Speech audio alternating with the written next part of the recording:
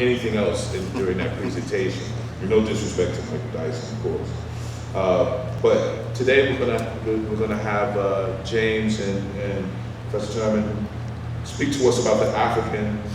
A part of this discussion is about the African retentions in our culture that sometimes perhaps we don't notice, but that definitely does exist. Professor Turman is a professor of English at North Carolina A&T. He has written for several hip-hop publications, including allhiphop.com. Scratch Magazine is under contract to publish his first book. He is also a peer reviewer of Words, Beats, and Life, hip-hop's only reference journal, and a member of the Universal Zulu Nation Black Jedi chapter. I've read about it. Turman is also serves as a coach of the A&T TSU Honda Campus All-Star Challenge Team and an advisor of the Black History Club. He is a self-avowed hip-hop head, father, and educator who is dedicated and determined to ensure that African-American trials and tribulations, productivity, and creativity are included within the ivory towers of academia. Professor Turman.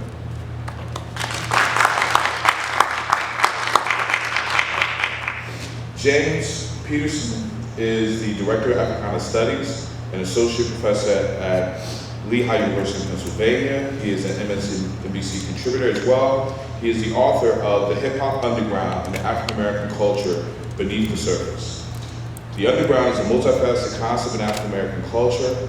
He explores a variety of underground concepts at the intersections of African American literature and hip hop culture using Richard Wright, KRS-One, Thelonious Monk, and the tradition of the Underground Railroad, among other examples. He explores the manifestations and the attributes of the underground within the context of a more panoramic picture of African American expressivity.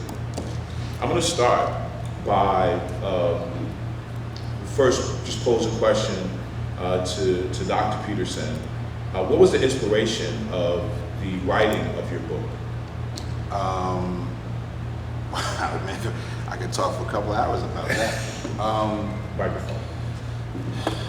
First of all, thank you for putting this panel together, Chris. And I want to say thank you to Professor Turman. We are brothers in the same Zulu Nation chapter, the Black Jedi chapter out of North Carolina. And Bob will talk to you more about that and the relevance of the Zulu Nation in terms of hip-hop culture. This is a great question, Chris, because you know that I spent a couple of decades thinking through this particular book project. I think the simplest way to try to explain it is that coming up as somebody who listens to a lot of hip hop, and we really, we love hip hop in my family. My family was that family where, when hip hop was just being played on the radio, like when Curtis Blow, the breaks would come on, like we would like all gather around the radio at like 3 o'clock in the afternoon, and one time they played it every day and just be going crazy when they played. Like that's kind of how we came up. And so, as a young person, as hip hop was going through its changes, a lot of us who were heads really gravitated to what we thought was underground hip hop, right? Hip hop that was more authentic, that was about social justice issues, that had all the African retentions, that talked about African American history. Like that's the music we gravitate towards. Like we love like KRS-One, and we love different artists who, to be honest with you, we can debate this, but they just were more substantive in terms of social justice issues. And so we grew up in Newark, which was kind of like in the shadows of New York City. So we were all kind of in a geographic underground relationship to New York City. And so I was fascinated by the concept of the underground in terms of how it manifested in hip hop. But as I started to become a scholar and read up more about Black culture, about African literature, African American literature and history, I started to see the underground as a concept coming up in other places, right? So I read Ralph Ellison's Invisible Man, and as a hip hop head, if you read Ellison's Invisible Man, there's so many moments in there that are hip hop, and so that's why the cover of my book is signifying on that scene from Ellison's Invisible Man. I won't bore you guys with that long interpretation, but basically, I'm reading a book of one of the great American novels published in 1950 that really wrestles with like a young black man who's alienated from American society. And I'm seeing hip hop in it. And this is the main character of Invisible Man. He lives underground.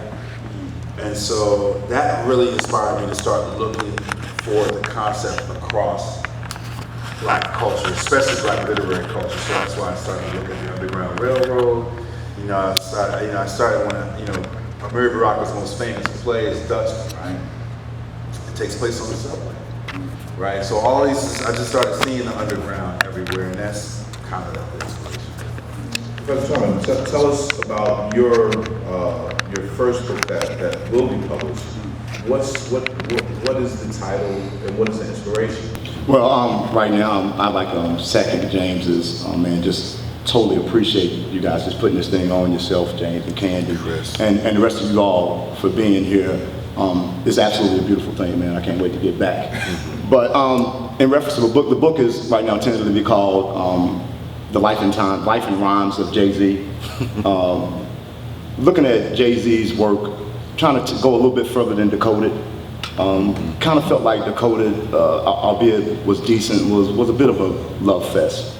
And so I'm trying to take a more critical approach to looking at Jay-Z's lyrics and his career, and looking at it in terms of a literary approach. So I'm taking a literary read to what Jay-Z's lyrics and looking at the syncopation between his life and the lyrics, and how over the last better part of 17 years, those things have kind of synced themselves in. Particularly, this whole thing started, I was looking at the Reasonable Doubt album cover, and I realized that Jay-Z, even as an early artist, envisioned himself as this mafioso, already extremely wealthy person, even though at the time he was not.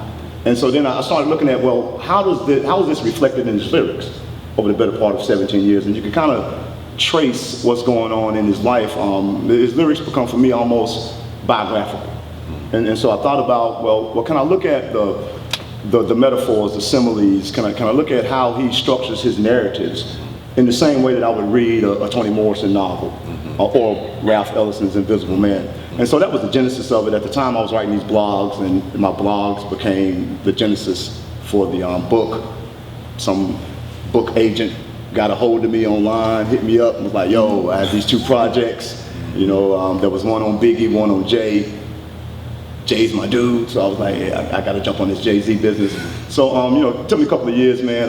The one thing now is IMG is kind of holding off on the images. The people that control Jay's rights and images haven't released this. I know his people have my book, but whether or not they've read it yet, I don't know. And as soon as I get the go-ahead from them, we should be going to print. I've already submitted the manuscript, it's been approved, so awesome. I'm just waiting on them to say, hey, we'll give you the rights to reprint these lyrics, reprint these pictures, and as soon as that happens, man, I should be good to go.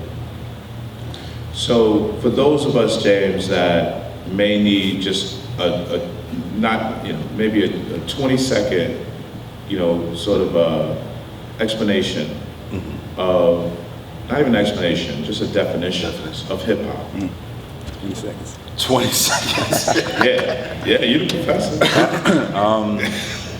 For the most part, when scholars and journalists are talking about hip hop, they're talking about a culture that's comprised of like 4 foundational elements that include like breaking or b-boying, which is kind of the kinesthetic or the dance element, DJing and turntablism, or like music production, the musical element of it, graffiti art and the visual aesthetics that go along with it, and obviously MC and rapping, which is the verbal piece of it. Africa Bambaataa also said that there's a 5th element, that's knowledge, and he means knowledge in terms of like the knowledge that's required to engage in any of those artistic elements, but also the knowledge that's generated through the culture. So knowledge about like fashion, or knowledge about like entrepreneurship, now, you know what I mean? So that 5th element, I think, is also really important. But also, it's hard for me to just think of it being defined just by those elements, because it's so much bigger than that when you think about it in terms of the cultural impact it's had on generations